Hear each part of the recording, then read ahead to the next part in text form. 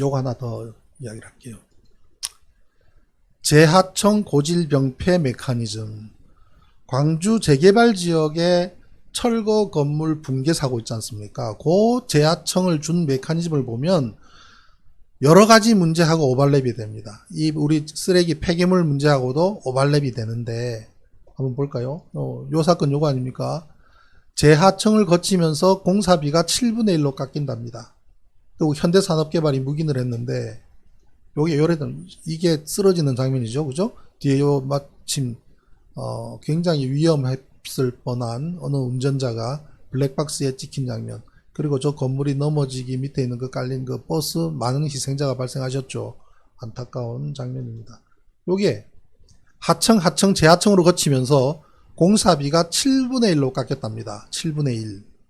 그러면 원래 공사는 이렇게 뭐 조금 떨어진 곳에 이렇게 그 흙을 쌓고 그 위에 크레인이 올라가서 32m짜리 롱암 크레인으로 뜯어내야 되는데 그렇게 하지 않았고 이렇게 건물에 바짝 붙여서 흙을 쌓고 그 다음에 팔 길이가 짧은 소형 크레인이 올라가서 하나하나 뜯어내다 보니 뒤쪽으로 넘어진 거예요. 요렇게 흙더미가 밀리면서 바깥으로 떨어져 버린 거죠. 나가버린 거죠. 저 도로 쪽으로. 예, 그래서 이렇게 무너졌는데 현대산업개발에 준 돈이 28만원이랍니다. 한 평당 3.3m 제곱에 28만원에 줬는데 하청으로 내려가면서 10만원으로 줄어들고요. 재하청으로 가면서 4만원까지 줄어든 거예요. 그럼 28만원으로 이 사업을 일을 해야 될 것을 10만원, 4만원으로 내려가는데 하청, 재하청 가는 동안 이 사람들은 서류만 넘겨주고 그냥 중간에서 돈 그냥 빼먹은 거잖아요. 요 메커니즘이 고스란히 우리 플라스틱 폐기물 처리 과정에 고스란히 똑같이 있습니다.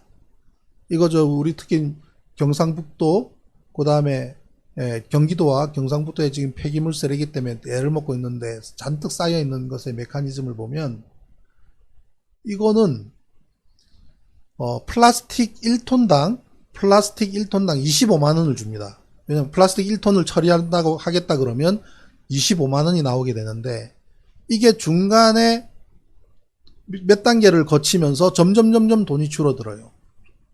1차적으로는 전직 환경부 출신 그 사람들이 단체를 만들어서 거기서 중간에 일정 금액을 수수료 명분으로 취하고 또 내려가는 동안에 25만원이 20만원, 15만원, 뭐 14만원 쭉쭉쭉쭉 떨어지면서 계속 쓰레기만 건네주는 구조로 흘러가는 겁니다.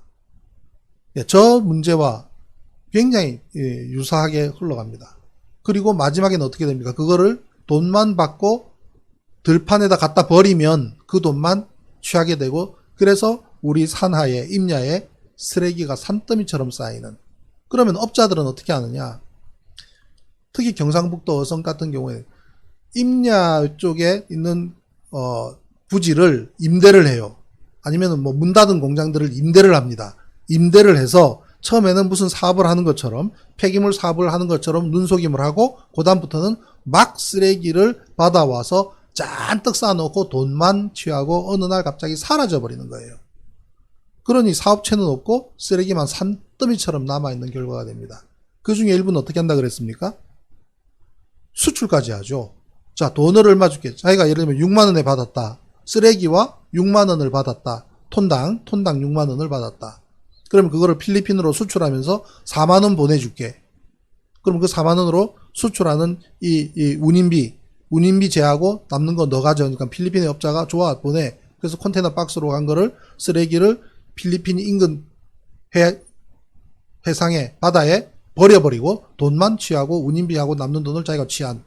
그러니 대한민국 쓰레기가 필리핀까지 갔던 그런 사례인 거예요. 이 필리핀 정부가 그걸 다시 전량 한국으로 다시 되돌려버리면서 국제적인 개망신을 당했지 않습니까? 이게 최근까지 지금도 개선 안 됐을걸요. 내일 아침에 말이죠. 우리 가족 여러분. 내일 아침에 제가 이 플라스틱 처리하는 플라스틱 폐기물 처리 부분에 대해서 관심을 갖고 그리고 그것을 재활용 다시 유화 설비 시스템으로 가져갈 수 있는 좋은 기술이 있다고 여러 차례 말씀을 드리지 않습니까? 그에 대해서 제 최초로 저한테 그걸 주신 분이 계십니다. 한 3, 4년 전에 저한테 자료를 주시면서 아우 야 이거 한번 들여다봐라. 이거 기가 막힌 일이 있다. 이 세상에 이런 일이 있을 수가 있냐. 이걸 가지고 환경부 마피아들이 중간에서 다 뜯어먹고 하다 보니 쓰레기는 쓰레기대로 처리 못하고 그리고 이 좋은 기술이 있는데 계속 소각만 해왔던 이거는 고쳐져야 하지 않겠냐라는 거를 저한테 자료를 주신 분이 계세요.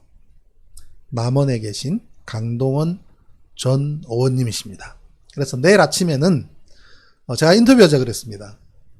어떻게 그에 대해서 관심을 가지셨는지 그리고 지금 현재 우리 그저 이낙연 후보 총리 시절에 이낙연 전 총리 시절에 이낙연 총리님을 만나서 이 문제를 가지고 직접적으로 막 설파를 하시고 그리고 그에 대한 정책도 촉구를 하고 당시에 환경부 차관까지 불러서 그 대책을 마련하고 했던 당사자이시기도 합니다. 그래서 내일 아침에는 강동원 전 의원님과 이 문제에 대해서 한번 전화 인터뷰를 하는 시간을 계획하고 있습니다. 기대해 주십시오. 자, 2010년 8월 10일 화요일 방송은 제가 준비한 것은 여기까지입니다.